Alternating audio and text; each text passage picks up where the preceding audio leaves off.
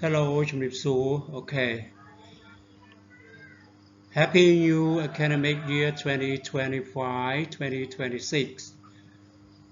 Okay, rồi chích bà quạ về nặng cả hỏi ngày nay xong lên ai sinh than thầm mày thì giấy xa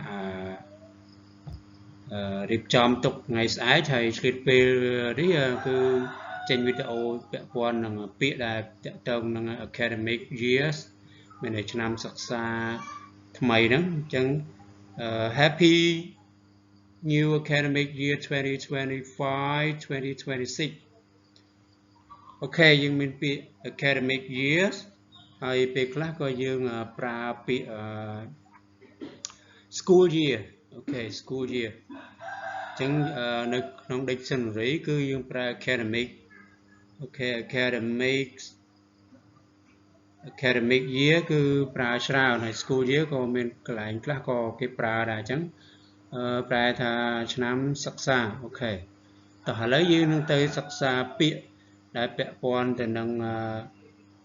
academic year ហ្នឹងវាមាន teacher មាន chairman មាន student ឯជាដើមអូខេអញ្ចឹងនេះគឺជា channel របស់ខ្ញុំនៅក្នុង Facebook YouTube TikTok ហើយក្នុង YouTube គឺ mrna_edu អូខេតោះអូខេតោះឥឡូវយើងបន្តចូលទៅពាក្យរបស់យើងអញ្ចឹងពាក្យទី1គឺពាក្យ chairman ហើយពាក្យដែលមានន័យដូចនឹងពាក្យ chairman គឺ headmaster អញ្ចឹង chairman និង headmaster នេះគឺយើងប្រែថានាយកឬក៏លោកនាយកសំដៅទៅលើមនុស្សប្រុសហើយយើងមានពាក្យមួយទៀតគឺ chairwoman ហើយពាក្យដែលដូចនឹងពី chairwoman គឺ headmistress ជា headmistress គឺយើងទាំងពីរហ្នឹងគឺយើងប្រើថានាយិកា chairwoman ហើយនិង headmistress គឺនាយិកាអូខេក្នុងករណីដែលយើងចង់ដាក់ជានាយករងយើងប្រើពាក្យ sub នេះ sub chairman ឬក៏ sub chairwoman ឬក៏យើងប្រើ headmaster យើងប្រើ sub headmaster ឬក៏ sub headmistress សម្រាប់នាយករងឬក៏នាយិការងអូខេនេះគឺជាពាក្យដែលពាក់ព័ន្ធនឹងលោកនាយកហើយវាអាចមានពាក្យផ្សេងទៀតដែលមានន័យថានាយកនឹងដែរតែខ្ញុំលើកឡើងតែ 3-4 ពាក្យនេះទេបាទឥឡូវយើងនឹងបន្តទៅទៀតអញ្ចឹងពាក្យ teacher អញ្ចឹងពាក្យ teacher នេះគឺជាពាក្យដែលយើងប្រើនិយមជាទូទៅតែម្ដងតាំងពីសាលាមត្តេយ្យសាលាធម្មវិទ្យាល័យរហូតដល់សាកលវិទ្យាល័យអញ្ចឹងយើងមកសិក្សាពីពាក្យ teacher នេះពាក្យទី1គឺ lecturers អញ្ចឹង lecturer នេះគឺជាពាក្យដែលគេប្រើនៅសាកលវិទ្យាល័យច្រើនមានន័យថាគ្រូសាកលវិទ្យាល័យបាទគ្រូសាកលវិទ្យាល័យគឺ lecturer ពាក្យមួយទៀត professor អញ្ចឹង professor នេះយើងក៏ប្រើច្រើនដែរសំដៅទៅលើសាស្ត្រាចារ្យដែលគាត់បង្រៀនថ្នាក់ខ្ពស់យើងគេហៅថាសាស្ត្រាចារ្យហើយអូខេបន្តទៀតយើងមានពាក្យ school master អញ្ចឹង school master នេះយើងប្រើថា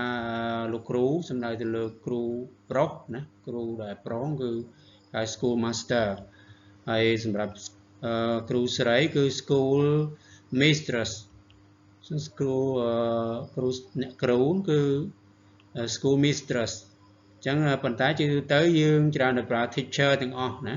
មិនថាប្រុសមិនថាស្រីគឺ teacher ទាំងអស់ហើយបើយើងចង់បែងចែកលោកគ្រូគឺ school master អ្នកគ្រូគឺ school mistress អូខេបន្តទៀតចូលដល់ផ្នែក student អញ្ចឹងផ្នែក student នេះគឺជាសិស្សអូខេអញ្ចឹងយើងមាន school boys អូខេ school boy មានន័យថាសិស្សប្រុសហើយនឹង school girls គឺសិស្សស្រីបាទហ្នឹងគឺយើងប្រើទូទៅដែរ school boy school girl អូខេនេះគឺបើបងប្អូនពេញចិត្តនៅវីដេអូនេះបងប្អូនអាចជួយ subscribe ជួយ follow channel របស់ខ្ញុំមួយផងព្រោះដោយសារវាថ្មីណាជា channel ថ្មីមួយសម្រាប់ខ្ញុំហើយសូមអរគុណសម្រាប់អ្នកដែលជួយ subscribe អ្នក follow account របស់ខ្ញុំនេះអូខេតោះបន្តអូខេឥឡូវយើងបន្តទៅទៀតគឺពាក់ព័ន្ធនឹង này thì phải school đấy thì bảy cứ tại dạy vì school ok lợi dương dạy vì công rạch này cả sắc xa bảo dưỡng cứ dương miền bị thì mỗi cứ kindergarten cứ một tay sắc xa này tập mà tiếp cứ primary school mình tha bậc thầm sắc xaต่อมาที่คือ secondary school คือวิทยาลัยอยู่นี่ต่อตามลำดับที่คือ high school มีในทางวิทยาลัยจึงปี high school ปี secondary school นี่มีปีเซนปีวิทยาลัยวิทยาลัยอาจมีปีเซนปีนังติดจิตแต่ขนมบันเลิกลางมาเตะต่อที่คือ university คือสกอตวิทยาลัยต่อปี high school มันคือ university แบบสกอตวิทยาลัยนั่งในขนมสกอตวิทยาลัยยังมีปี college คือมีในทางมหาวิทยาลัยจึงมหาวิทยาลัยคือจีในแต่ในขนมสกอตวิทยาลัยในขนม university คือมีมหาวิทยาลัยเซนโอเคจัง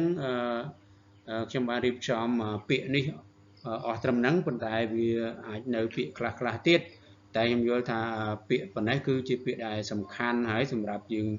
យកទៅប្រើប្រាស់នៅសាលារៀនដូចជា academic